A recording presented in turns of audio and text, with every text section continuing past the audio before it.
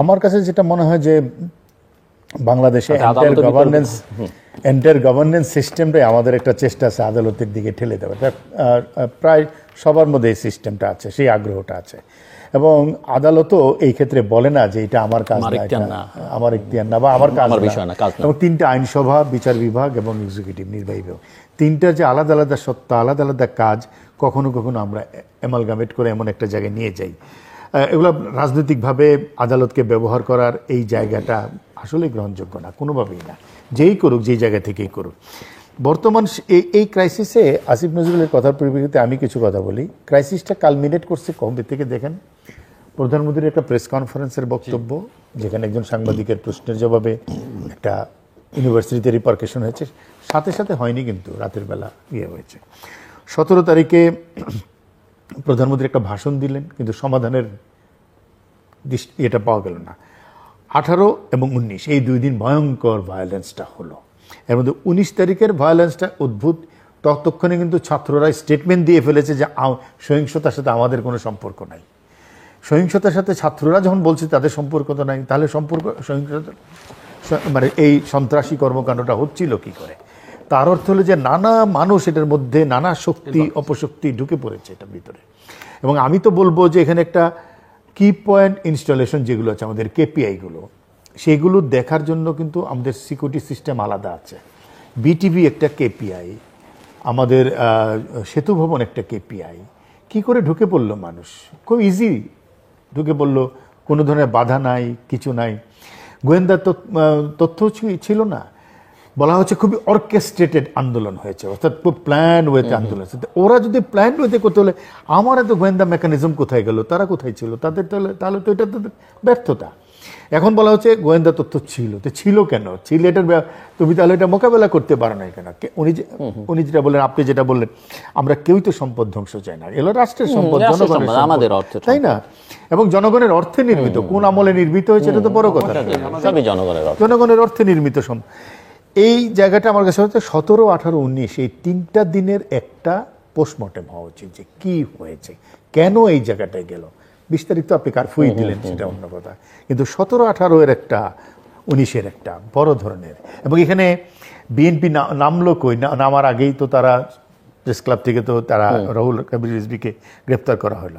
আমি বিএনপির উপরে একটু অবাক হই, নিজেরা কোনো আন্দোলন সফল করতে পারে না, কিছু একটা ছাত্ররা করলে তার উপরে ভর করতে চায়, কিন্তু সেটাও যে খুব প্রফেশনালি পলিটিক্যালি করতে পারে সেরকম আমার কাছে মনে হয় না, আমি দেখিনি।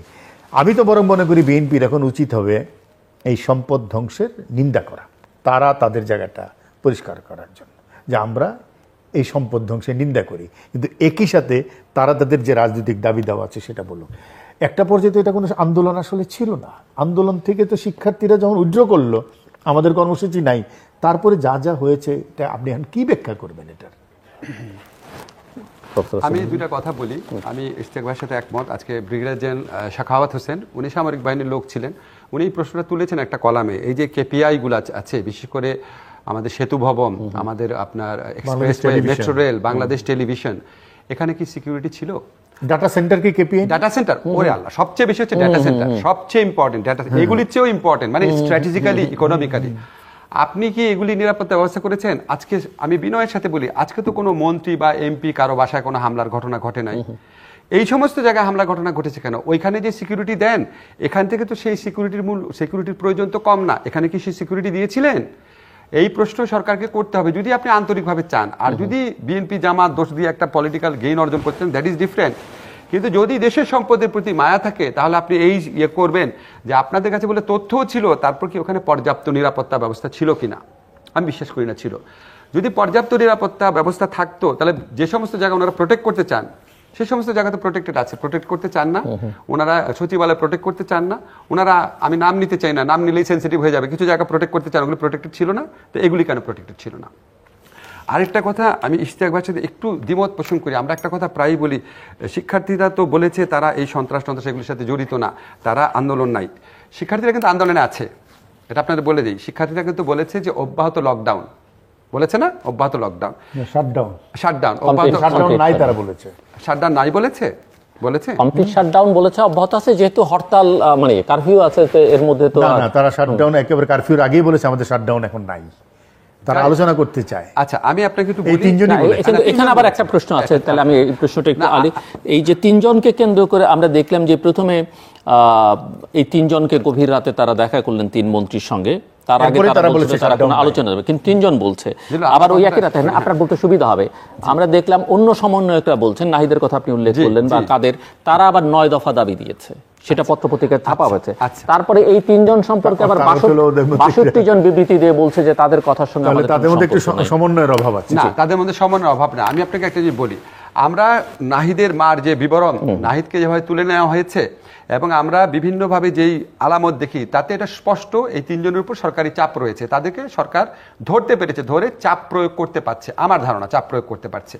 চাপ প্রয়োগের মধ্যেও কিন্তু তারা বলেছে যে তারা, আমি শুনি নাই যে তারা বলেছে আমাদের আর কোনো আন্দোলন কর্মসূচি নাই, আমি যতটুকু আমার শোনা একেবারে। আচ্ছা, হতে পারে, কিন্তু 62 জন আবার বলেছে, 62 জন বিবৃতি দিয়ে বলেছে, এটা অনেক পত্রিকা ছাপানো সাহস পায় নাই, এই ঘটনার সম্পূর্ণ দায় দায়িত্ব সরকারকে দিয়েছে এবং তারা তাদের আন্দোলন আছে এটা বলেছে।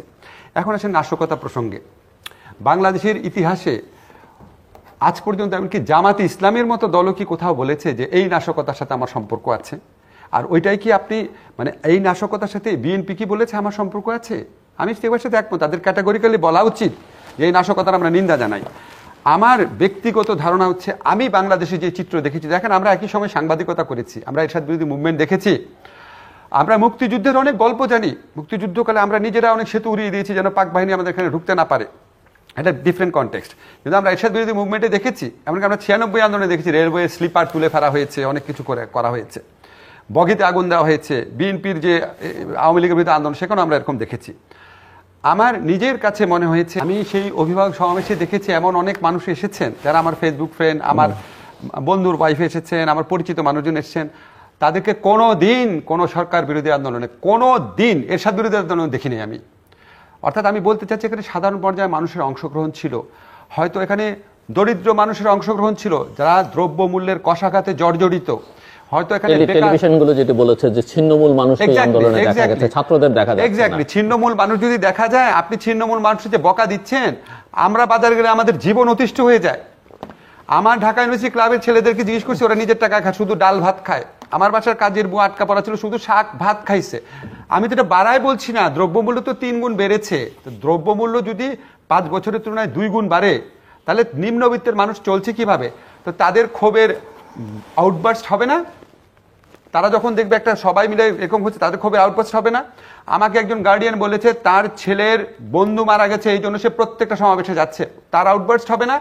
বিইউপির যে ছেলেটা মারা গেছে, তার সহপাঠীদের আউটবার্স্ট হবে না? ঢাকা বিশ্ববিদ্যালয়ে যে মেয়েটা লাঞ্ছিত হয়েছে, তার সহপাঠীদের আউটবার্স্ট হবে না? ওই সহপাঠীদের অভিভাবকদের আউটবার্স্ট হবে না?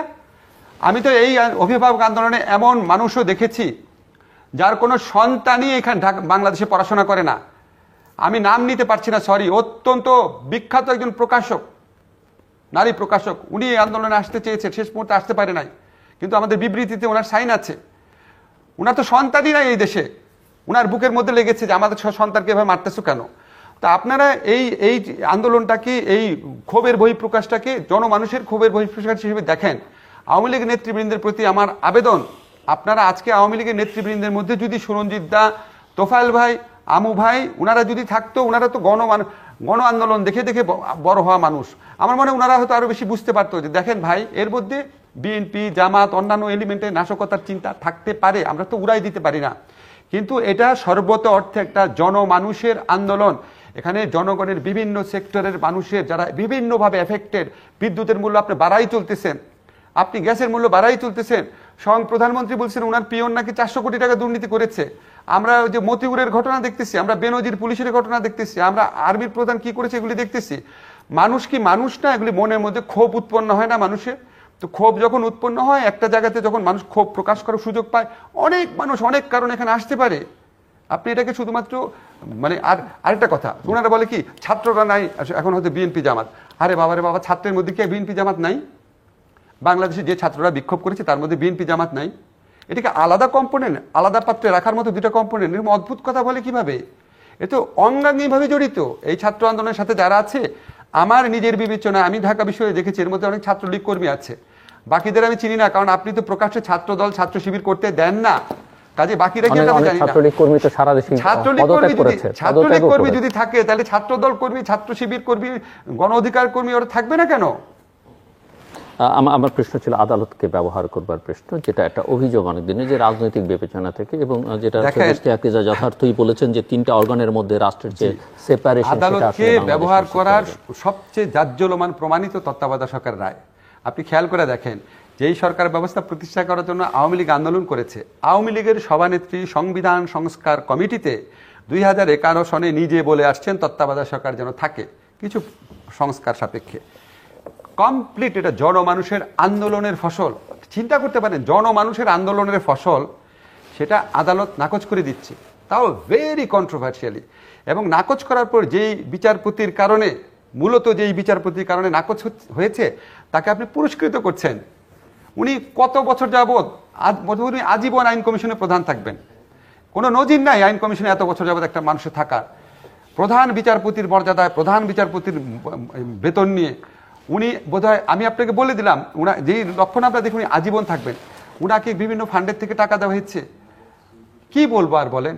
আমাদের বিচার বিভাগের যে কত কত সুনাম ছিল এই ধরনের পলিটিক্যাল কেসে ইন্টারফেয়ার করার কারণে, কিছু কিছু ক্ষেত্রে ইন্টারফেয়ার করার কারণে এই সমস্ত প্রশ্ন সমাজে আছে। এখন আপনারা আমরা তো একটা রাষ্ট্রের তো শেষ ভরসা হচ্ছে বিচার বিভাগ। আমি সবসময় মনে করি, আমি তো আইনের ছাত্র না, আমার ছাত্ররা আছে হাইকোর্টের বিচারক, আমার বন্ধুরা আছে হাইকোর্টের বিচারক, আমাদের যারা চিফ জাস্টিস আছে ওনাদের সাথে যখন দেখা হয়, ওনাদের আমার সাথে পার্সোনালি কথা বলতে ভালো লাগে।